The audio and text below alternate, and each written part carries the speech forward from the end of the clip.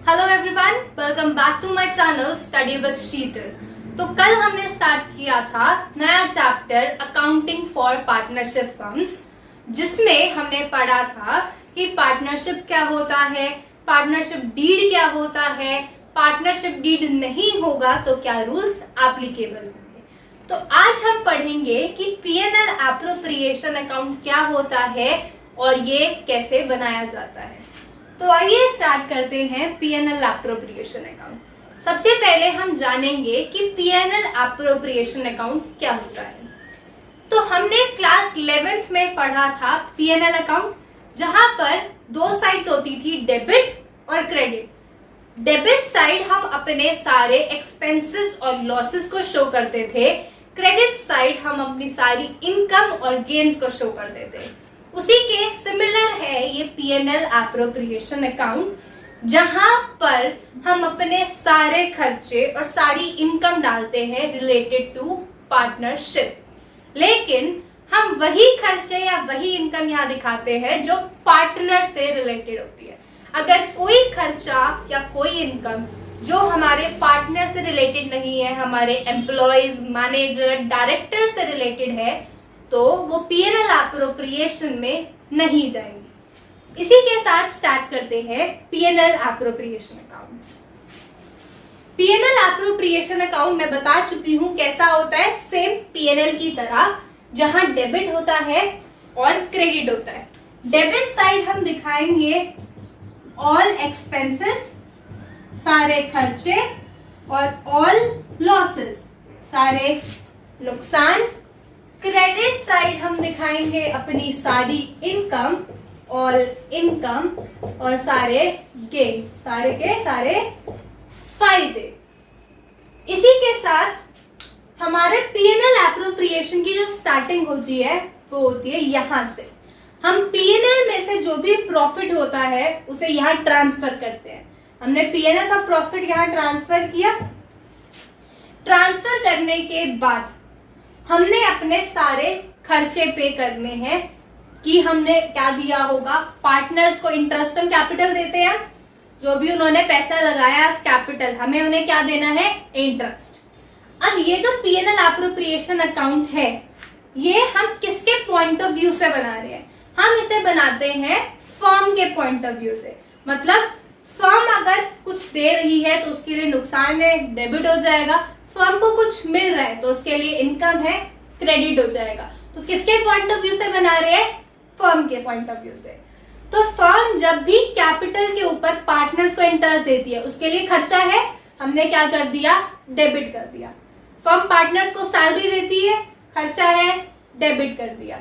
Firms partner को commission देती है, खर्चा है, डेबिट कर दिया। रिजर्व्स, क्या फर्म पार्टनर्स को रिजर्व्स देती है? नहीं, ये वो रिजर्व्स नहीं है। कभी कभार हमें क्वेश्चन में बोला जाता है कि जो भी आपके प्रॉफिट्स है उसका कुछ हिस्सा आपने रिजर्व्स बना के रखना है। हो सकता है 10%, 5%, कुछ भी बोला गया हो। तो जो हम रिजर्व्स बना रहे हैं ये वो रिजर्व्स है, तो यहाँ पे हमने डेबिट कर दिया। अब ये तो हमारे खर्चे थे, लेकिन फर्म को इंटरेस्ट ऑन ड्रॉइंग्स भी तो मिलता है।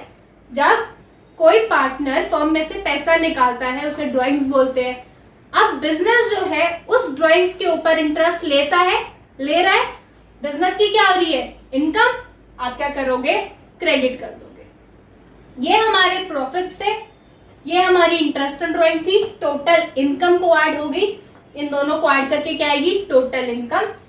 सारे खर्चे माइनस कर दोगे, interest on capital, salary, commission, reserves. जो बचेगा वो प्रॉफिट्स कौन से वाले हैं, जो सिर्फ पार्टनर्स के हैं, जो पार्टनर्स में बंटने चाहिए। तो इन दोनों को ऐड करके, सारे खर्चे माइनस करके हमारे डिस्ट्रीब्यूटेड प्रॉफिट्स आते हैं, डिस्ट्रीब्यूटेबल प्रॉफिट्स आते हैं, जिनमें किनका हिस्सा है, सिर्फ पार्टनर्स का। वो ये वाले प्रॉफिट्स हैं जिन्हें हम बांट देंगे ए और बी हमारे पार्टनर्स में। अगर एग्रीमेंट है तो उसमें रेशो भी लिखी होगी, तो उस रेशो में बांट देना। नहीं तो क्या सीखा था हमने कि नहीं एग्रीमेंट तो क्या बटेंगे, इक्वली। तो ए और बी में इक्वली बांट देना।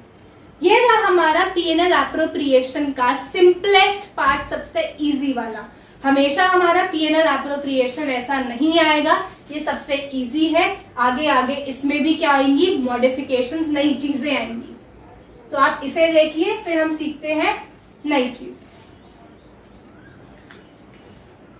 जैसा कि मैंने बोला था कि अभी इसी में क्या आनी है, मॉडिफिकेशंस आनी है। तो हमने अभी जो पीएनएल था वो सीधा ट्रांसफर किया, उसके बाद हमारे कोई खर्चे नहीं आए हैं, सिर्फ एप्रोप्रिएशंस आए हैं। मैंने बोला खर्चे नहीं आए, एप्रोप्रिएशंस आएंगे। आप कहेंगे क्या, ये भी तो खर्चे ही हैं। तो यहां पर हमें सीखना है कि हमारे पास दो तरह के खर्चे होते हैं। एक खर्चे को बोला जाता है चार्ज और दूसरे खर्चे को बोला जाता है एप्रोप्रिएशन। तो ये वाले जो खर्चे हमने यहाँ लिखे हैं वो है एप्रोप्रिएशन। अब एप्रोप्रिएशन क्या होती है?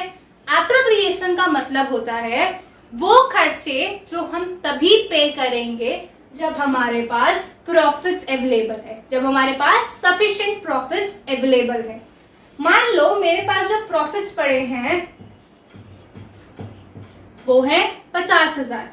50,000 प्रॉफिट्स में से मैंने इंटरेस्ट ऑन कैपिटल 10,000 पे किया, सैलरी 5,000 पे करी, कमीशन 5,000 पे करी, रिजर्व्स में डाल दिए 10,000। तो मेरे जो प्रॉफिट्स थे वो थे 50,000, 10, 5, 15, 15, 20, 30,000 मेरे पास टोटल एप्रोप्रिएशंस हैं। अभी भी जो प्रॉफिट बचा है वो है 20,000। तो मैंने एप्रोप्रिएशन सारी पे कर दी क्योंकि मेरे पास सफिशिएंट प्रॉफिट, ज्यादा प्रॉफिट्स अवेलेबल थे। लेकिन अब क्या हुआ, आपके पास जो प्रॉफिट्स अवेलेबल है वो 50,000 नहीं है।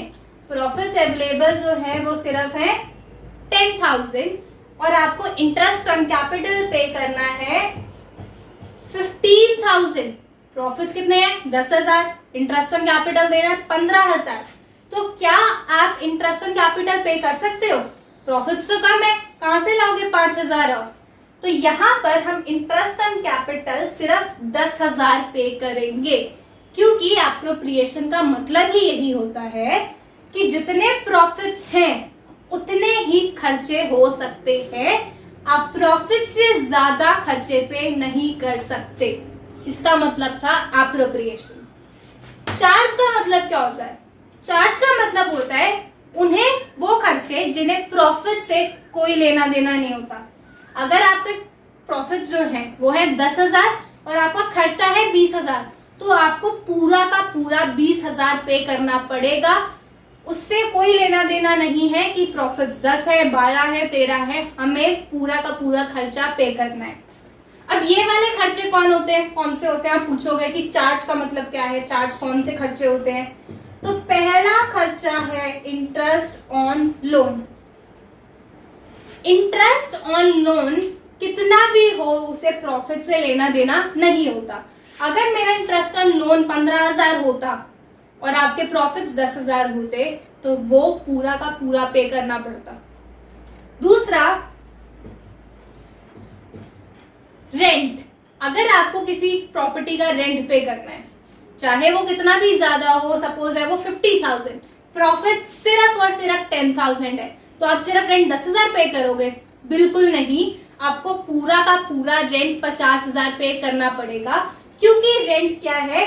चार्ज है। तीसरा जो है वो है मैनेजर कमीशन। आप कहोगे कमीशन तो यहां भी आई थी, यहां क्यों पूरी नहीं पे करी? तो यहां पर जो कमीशन थी वो थी पार्टनर कमीशन। मैंने बोला था कि पीएनएल एप्रोप्रिएशन अकाउंट में सिर्फ पार्टनर से रिलेटेड खर्चे जाते हैं। तो ये कौन सी कमीशन है? Manager commission. अब मैनेजर कमीशन भी क्या है? चार्ज। तो इसे भी कोई लेना देना नहीं है, किससे? प्रॉफिट से। मैनेजर कमीशन आई 16,000, प्रॉफिट्स हैं 12,000, 4,000 एक्स्ट्रा है, फिर भी देनी पड़ेगी क्योंकि ये क्या है? चार्ज है। तो ये तीन जो है वो हमारे एप्रोप्रिएशंस नहीं है, क्या है? चार्ज। तो उन्हें क्या कर देते हैं हम? पीएनएल एप्रोप्रिएशन बनाते टाइम प्रॉफिट्स में से माइनस, आप चाहे तो पीएनएल अकाउंट बना के वहां पर भी इन खर्चों को डेबिट कर सकते हो, फिर जो रिमेनिंग प्रॉफिट होगा उसे यहाँ ट्रांसफर कर सकते हो।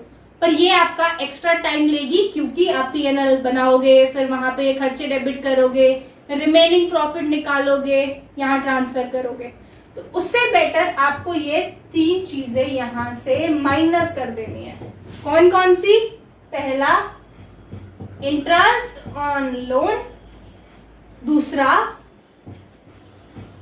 रेंट माइनस कर देना है, तीसरा मैनेजर की कमीशन।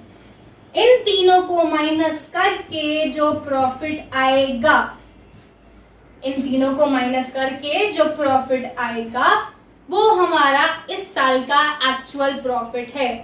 उसके बाद आप यहां लिखेंगे बाय इंटरेस्ट ऑन ड्रॉइंग, क्योंकि ये भी तो इनकम थी ना भाई, इसे भी तो लिखोगे।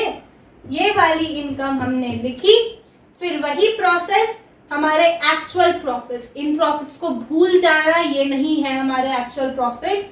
इन दोनों को ऐड करके जो आएगा, इस वाले को ऐड करके इंटरेस्ट ऑन ड्रॉइंग में जो आएगा वो हमारे प्रॉफिट्स हैं। उनमें से हमारे खर्चे जो कि एप्रोप्रिएशन है, चार्ज नहीं, उन्हें माइनस करके हमारे पास आता है डिस्ट्रीब्यूटेड प्रॉफिट। उस डिस्ट्रीब्यूटेड प्रॉफिट को हमें क्या कर देना है? पार्टनर्स में बांट देना है।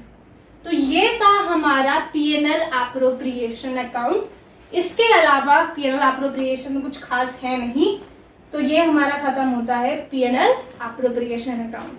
अगर आपको मेरी वीडियो हेल्पफुल लगी हो, अच्छी लगी हो, तो मेरी वीडियो को लाइक करें और प्लीज मेरे चैनल को सब्सक्राइब करें। Thank you so much.